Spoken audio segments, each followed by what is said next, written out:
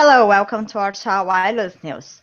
cVidya partnered with Huawei to provide fraud management solution for Venezuela telecom operator.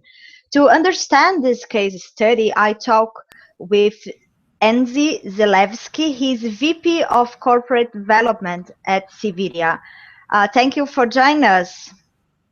Thank you very much for having me.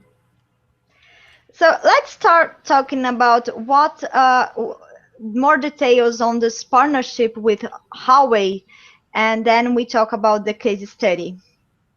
Sure. Huawei, the giant network and billing vendor, has been partnered with cVidya for the last 8 years now.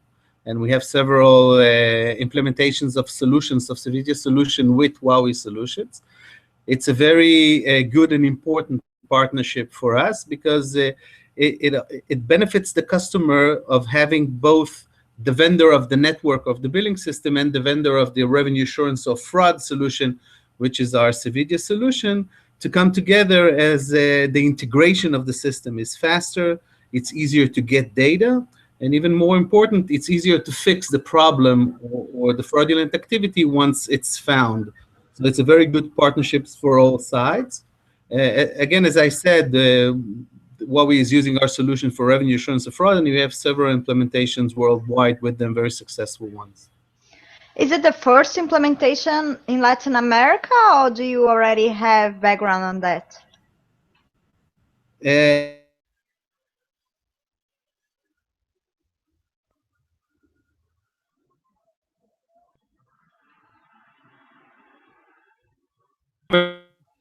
The Venezuelan one was the first one that we did in Latin America with Huawei. Great. And talking about the Venezuelan telecom operator, what were they needs when they asked you and Huawei to provide the fraud management solution? What were their goals? Well, fraud is an issue that's been in telecom for many years now and will continue to follow telecom for years to come. It only changes in the way that organizations or people are using the network of the operator to conduct fraudulent activity. And the operator needed some kind of solution to be able to stop it, because the fraud doesn't hurt just the customers of the operator, it hurts the operator itself. So there's different layers of money loss or problems that the operator see. He wants to protect his customer from losing money or things being done to them. He wants to protect himself because some of the fraudulent activity creates cost to the operator that he needs to pay outside. And a third thing that was relevant before and even more relevant now is regulation. Now, in particular in Venezuela, by the government, that for them to provide types of information to the government, and this is also being done through our fraud system. This is not just typical to Venezuela. It happens in other countries where there are certain types of information that, based on court orders or needs of the government, the operator needs to supply, and our fraud solution enables them to comply with those regulations. What kind of fraud are we talking about, and what are frauds more common that you see that carriers need to battle?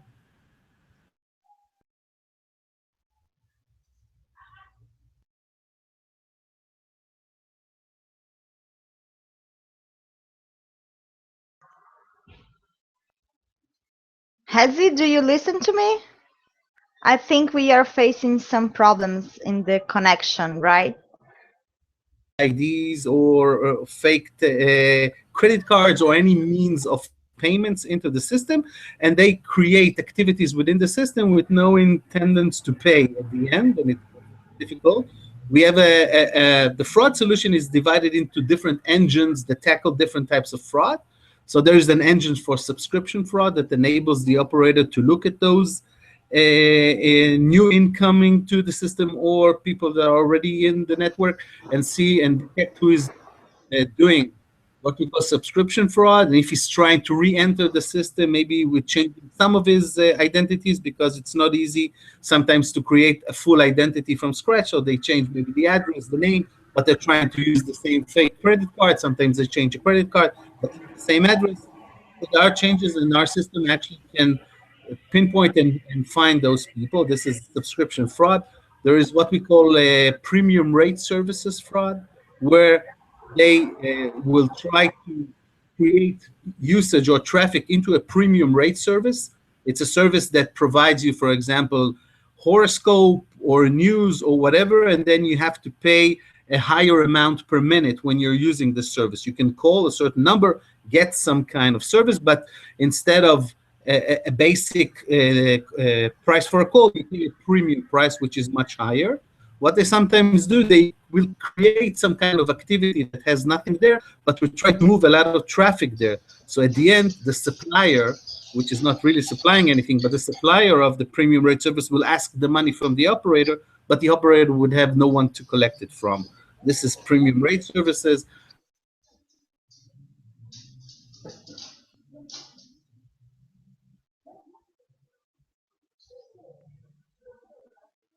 Try to do is they have a system that creates a lot of calls to different customers. The calls last only for 1 second. So what you will see at the end, you will have a missed call from a number. A lot of people will have a missed call because they have no chance of answering. A certain percentage of those people will call this number to see who called them. Once they see that it answered a premium rate service, they will close. But usually the payment is based on a minute, so they will have to pay for the first minute. And this is how they create traffic to this premium rate services. And there's bypass fraud where they bypass international carriers. And so there's many different types of fraud that exist in all the world. And there's also frauds of, somebody cloning your phone, creating the same phone with the same identity as yours, making usage, but then you have to pay. So we have also an engine to detect that. So there were different types of fraud in Venezuela that needed our attention, and they bought several of our engines to tackle that, and they were able to actually get an ROI on the system.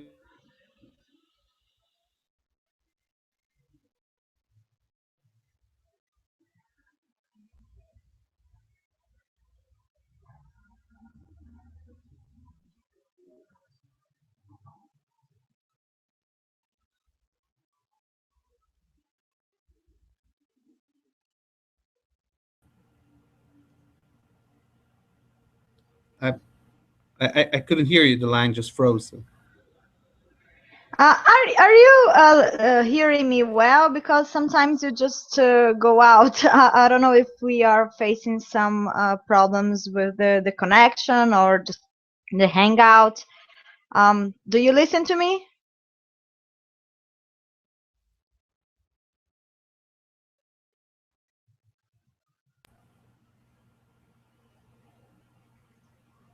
I can see you now. Okay. My last questions regards to better understand in which stage are you in this implementation? Did the telecom operator already had some benefits, or do you have some results that you can point out, or it's just in the early stages? So what happened now is that this operator actually bought an expansion of the system and upgraded the version. He's been our customer for the last 6 years now, been using our system. It actually upgraded to our version 10. It had our version number 8, upgraded to version 10, which gave him a lot of capabilities, the additional capabilities to detect fraud. Also gave him additional capabilities to expand the system because the operator grew, had more customers, needed to increase the number of records he's providing. And one other thing that we provided in this version is his ability to actually comply with the regulation of the Venezuelan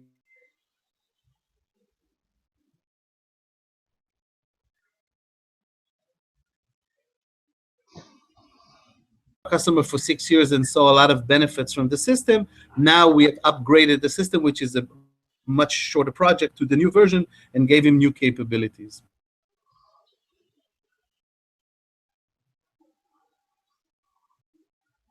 Great.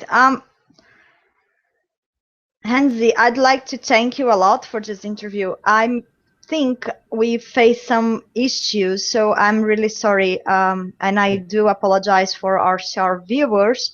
I will try to fix it, and then you can follow up the full story at rcrwireless.com. Okay, thank you very much. I appreciate that. Thank you. Bye-bye. Bye.